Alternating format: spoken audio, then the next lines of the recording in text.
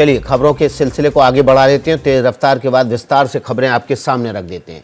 इस वक्त जो बड़ी खबर आ रही है वो कानून मंत्री किरण रिजिजू से जुड़ी हुई है। अरुणाचल प्रदेश के तवांग पहुंचे हैं किरण रिजिजू, वहां तैनात जवानों से मुलाकात की है और ट्वीट किया है कि तवांग पूरी तरह से सुरक्षित है। इस वक्त की बड़ी खबर, केंद्रीय कानून मंत्री किरण रिजिजू तवांग पहुंचे हैं। तवांग पहुंचकर उन्होंने जवानों से मुलाकात की है और देखिए ये तस्वीरें आपके सामने, ये ट्वीट किया उन्होंने, ट्वीट करके कहा कि तवांग सुरक्षित है। बॉर्डर के किनारे पोस्ट पर पहुंचे जवानों से मुलाकात की। केंद्रीय कानून मंत्री किरण रिजिजू ने तवांग का दौरा किया। किरण रिजिजू अरुणाचल प्रदेश से सांसद हैं, केंद्रीय मंत्री हैं, कानून मंत्री हैं। तवांग का दौरा वो अक्सर करते रहते हैं और देखिए ये तस्वीर उन्होंने आज जब तवांग का दौरा किया, वहां जवानों से मुलाकात की, तो मुलाकात के बाद इस तस्वीर को भी पोस्ट किया और कहा कि तवांग पूरी तरह से सुरक्षित है। हमारे सहयोगी प्रणय उपाध्याय जो कि ग्राउंड जीरो पर हैं तवांग, 2 दिन की यात्रा पूरी करके परसों वहां पहुंचे, ग्राउंड जीरो की तस्वीरें दिखाई। उस जगह भी गए जहां पर भारतीय फौज ने पिटाई कर करके एक एक चीनी सैनिक को भागने पर मजबूर कर दिया था। प्रणय, अब वही तस्वीर उसी पोस्ट के पास पहुंचकर किरण रिजिजू ने कहा कि तवांग पूरी तरह से सुरक्षित है। देखिए, तवांग सुरक्षित है। विकास, आपका ये जो सवाल है इसका जवाब मैं 2 बातों के साथ देना चाहूंगा। सबसे पहले तो तवांग सुरक्षित है, ये किरण रिजिजू कहें, मैं कहूं, या इसके साथ साथ हम यहाँ के स्थानीय लोगों से बात करते हैं। मेरे साथ में लोब्सांग हैं यहाँ पर, जो इसी इलाके में रहते हैं, यहाँ के स्टूडेंट यूनियन के साथ भी जुड़े हुए हैं। हम उन्हीं से पूछते हैं और आपका सवाल जो है मैं उन्हीं को सीधे करता हूँ कि अगर किरण रिजिजू ये कह रहे हैं कि तवांग सुरक्षित है, क्या वाकई तवांग सुरक्षित है? आप यहाँ से भारत को क्या बताना चाहेंगे? नहीं, तवांग अभी बहुत शांति है, बहुत सुरक्षित। ये यहाँ पे जो आदमी है काम अपना नॉर्मल कर रहा है, एक बहुत शांति है। और इस शांति के पीछे सबसे ज्यादा बड़ा भरोसा किस बात का है? हम लोग का खास की हम लोग का जो इंडियन आर्मी जो यहाँ उधर बॉर्डर में डिप्लॉय है, साथ साथ में हम लोग का गवर्नमेंट भी साथ दे रहा है, तो उसमें कुछ प्रॉब्लम नहीं है। यहाँ पे तो कुछ प्रॉब्लम दिक्कत नहीं है। तो विकास, आपने सुना लोब्सांग जिस तरीके से बता रहे थे कि किसी तरीके की कोई दिक्कत नहीं है जब तक भारतीय सेना सरहदों के ऊपर मुस्तैदी से तैनात है।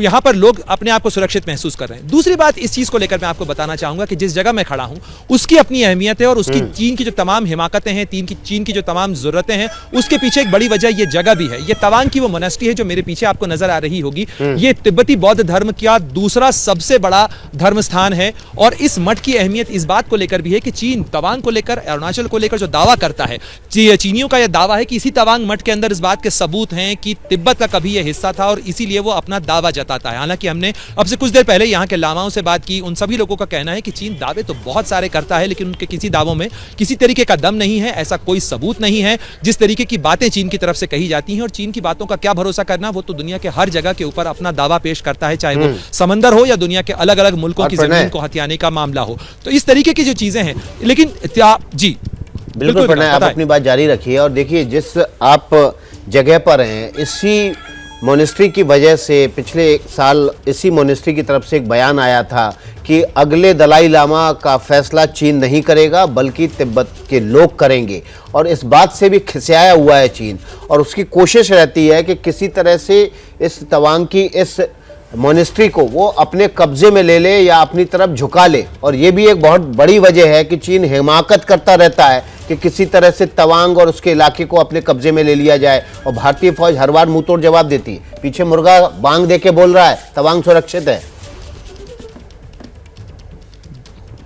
बिल्कुल, मुर्गा भी ये कहना चाह रहा है यहां से कि सुन ले चीन की किसी भी हरकत को यहां पर न केवल बर्दाश्त करने की कोई जगह नहीं है बल्कि यहां से जवाब भी चीन को बाकुल तरीके से दिया जाएगा। जिस तरीके के जो सवाल आपने पूछा उसका भी जवाब मैं आपको दे दूं कि इस जगह की अहमियत को इसलिए भी समझना जरूरी हो जाता है विकास। तवांग की जो अपनी रणनीतिक अहमियत है, तवांग की अहमियत इस लिहाज से भी है कि उसके पीछे जो आप पहाड़ नजर आ रहे हैं, दरअसल ये ट्राई जंक्शन बनाता है भारत, भूटान और चीन का।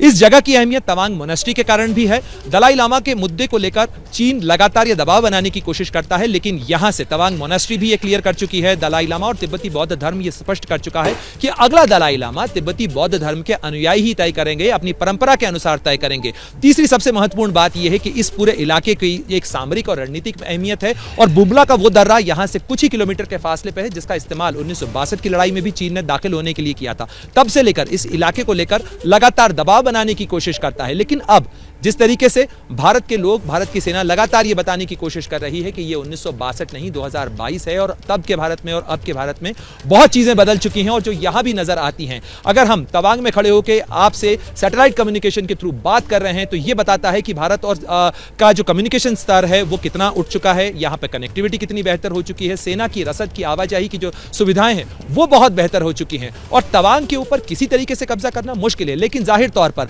यह समझना जरूरी हो जाता है विकास की इस पूरे इलाके के अंदर जो चीन का डर है वो इस चीज को लेकर है कि तिब्बत से बेहद नजदीक में, क्योंकि बुमला का दर्रा तिब्बत के इलाके को जोड़ता है और चीन को हमेशा इस बात का डर सताता रहता है कि कहीं विद्रोह की आग तो नहीं भड़क जाएगी। यहां पर मोनपा आदिवासियों की एक बड़ी आबादी है जो बौद्ध धर्म की अनुयायी है, जो भारत के लोकतंत्र की ताकत में भरोसा रखती है। ऐसे में भी चीन को इस बात का डर सताता रहता है कि इस पूरे इलाके के अंदर तवांग मठ जैसी धार्मिक और राजनीतिक अहमियत रखने वाली संस्था अगर यहां पे मौजूद है, यहां बड़े बौद्ध धर्म अनुयायियों की एक बड़ी संख्या मौजूद है, तो ऐसे में उसका डर उस चीज को उसकी सेना को बार बार इस चीज का डर सताता रहता है कि कहीं इस इलाके से विद्रोह की चिंगारी भड़ककर उसके दामन में न आ जाए और यही वजह है कि वो यहां पर दबाव बनाने की कोशिश करता है। जी बिल्कुल। प्रणय हमारे सहयोगी ग्राउंड जीरो पर मौजूद हैं। इस खबर से जुड़ा हुआ जो भी अपडेट होगा प्रणय उपाध्याय के जरिए सबसे पहले आप एबीपी न्यूज पर हासिल करेंगे। प्रणय, आपने जो जैकेट पहनी हुई है वो बता रही है कि ठंड बहुत ज्यादा है। जैसे ही घड़ी का काटा दोपहर 2:30 पे आए, बबीता जी का दिल सास बहू साजिश के लिए मचल जाए।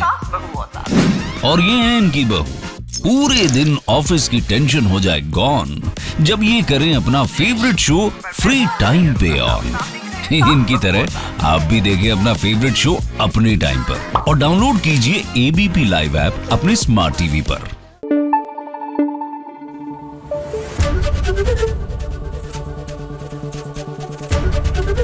एबीपी न्यूज आपको रखे आगे।